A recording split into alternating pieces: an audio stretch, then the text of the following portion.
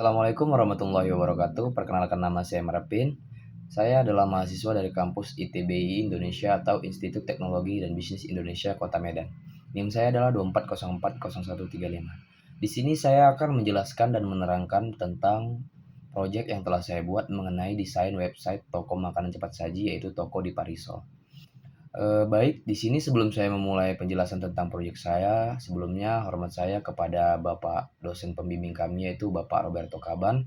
Terima kasih telah memberikan saya waktu dan peluang untuk mengerjakan tugas ini.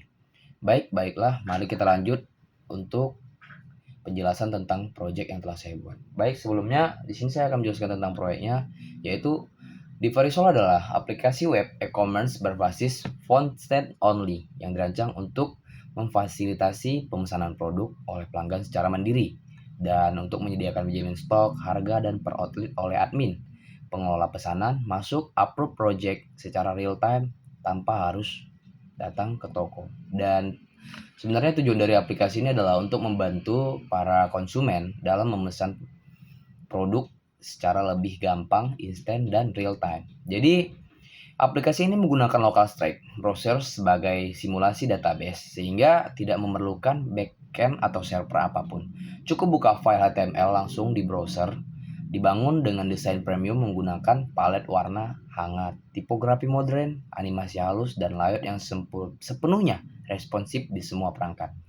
Baik, saya akan menjelaskan untuk fitur-fiturnya. Di sini saya menambahkan fitur katalog produk dinamis.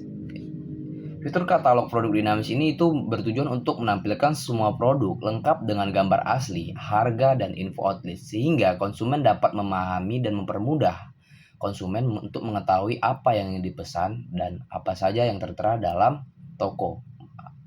Dan untuk itu makanya kita menampilkan gambar yang sesuai dengan harga yang asli dari setiap outlet yang tersedia. Dan juga kami menambahkan fitur smart filter dan search. Ini berfungsi untuk mencari berdasarkan nama produk yang dibutuhkan, filter berdasarkan kategori dari setiap outlet sekaligus. Dan kami juga menambahkan fitur keranjang belanja, di mana fitur keranjang belanja ini berguna untuk tambah dan mengurangi item, pengelompokan per outlet, dan hitung total otomatis. Jadi, keranjang belanja ini berfungsi untuk mengetahui jumlah stok barang yang dibutuhkan oleh konsumen. Apabila di satu outlet A atau outlet B nggak ada, maka otomatis dari web juga akan menampilkan bahwasanya stok barang sedang habis atau sedang tersedia. Dan baik, kita lanjut. Di sini juga kami di sini saya juga menambahkan fitur check out dan booking.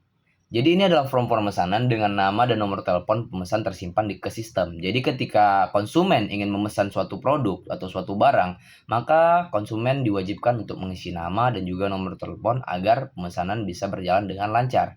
Dan ketika pemesanan tersimpan ke sistem, maka akan langsung diproses oleh pihak administrasi.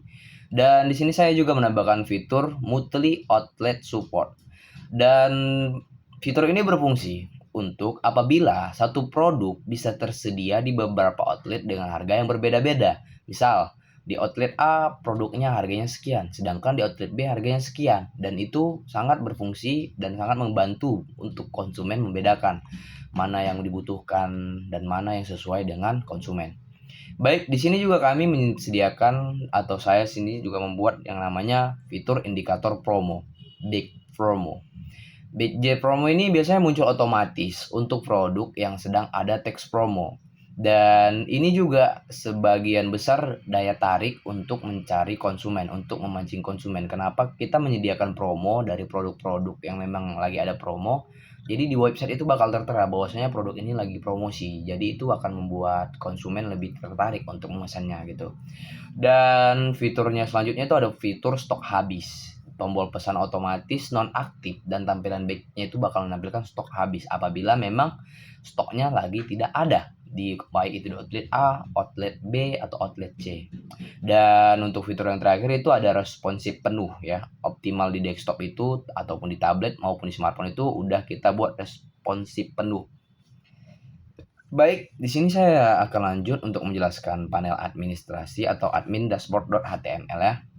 Di situ ada fitur multi admin login. Di sini saya menyediakan tiga akun admin berbeda, masing-masing mengelola outletnya sendiri, ya kan? Outletnya sendiri. Jadi kita itu menyediakan 3 akun di dalam website ini untuk berbagai untuk masing-masing outlet, untuk masing-masing admin yang mengelola outletnya sendiri. Jadi misalnya ini outlet cabang Setiabudi, ini outlet cabang Batanghari, ini outlet cabang Sekambing gitu. Jadi kita menyediakan masing-masing akunnya. Jadi apabila ada konsumen yang memesan dari outlet Sekambing contohnya, maka pesanan tadi bakal masuk ke akun admin yang Sekambing tadi gitu. Oke, lanjut. Di sini kami juga membuat fitur dashboard statistik, yaitu ringkasan pemesanan. Kayak misalnya nih konsumen memesan, jadi kita akan buat ringkasan pesanan menunggu, disetujui, ditolak, dan total produk aktif. Misalnya konsumen udah memesan, kan itu bakal ada minta persetujuan dari pihak admin, apakah bakal disetujui, ditolak atau diterima gitu kan, dan dia nanti akan ada total produk aktif gitu. Dan di sini juga ada fitur manajemen pesanan, di mana kita bisa melihat semua pesanan masuk, disetujui, ditolak, dan dengan satu klik doang gitu. Dan di sini juga ada edit stok dan harga. Apabila stoknya habis, admin bisa mengedit dan mengubah setiap stok, harga, promo, apapun itu bisa. Itulah sengaja kami menambahkan fiturnya itu, yaitu untuk mengubah jumlah stok, harga, dan ya bisa menambahkan teks promo via modal dialog. Dan lanjut, ini ada fitur tambah produk baru. Untuk from tambah produk ke katalog global dengan validasi duplikasi, dan di sini juga ada fitur navigasi tab. Navigasi tab itu yang berfungsi untuk beralih antara halaman pesanan ke halaman stok dan ke halaman tambahan produk. Dan lanjut juga di sini ada fitur sidebar responsive ya. Sidebar hilang otomatis di mobile, diganti dengan tombol tab ringkas. Baik, mari kita lanjut. Di sini untuk teknologi yang saya gunakan untuk mendesain websitenya itu, yang pertama saya menggunakan HTML5 untuk menyusun struktur halaman seperti header, navbar, section, card, image, dan juga beberapa formulir lainnya. Dan saya juga menggunakan CSS3 untuk mengatur warna, layout, animasi, hover effect, gradients, dan tampilan keseluruhan website. Dan saya juga menggunakan vanilla JavaScript untuk menangani interaksi pengguna seperti tombol filter, keranjang, local storage, dan juga manipulasi DOM. Dan juga saya menggunakan Bootstrap untuk dari tampilan komponen seperti navbar, grid, card, button, modal, dan offcut yang mengikuti gaya Bootstrap. Dan saya juga menggunakan Bootstrap icon untuk seperti card, booster, search, dan lainnya. Mungkin sekian saja video dari saya dan penjelasan tentang website yang telah saya buat. Jika ada kekurangan atau penyampaian saya yang kurang baik serta kata-kata yang mungkin salah dan kurang enak didengar, saya pribadi memohon maaf kepada kalian semua. Sekian dari saya, Marvin. Terima kasih dan sampai jumpa.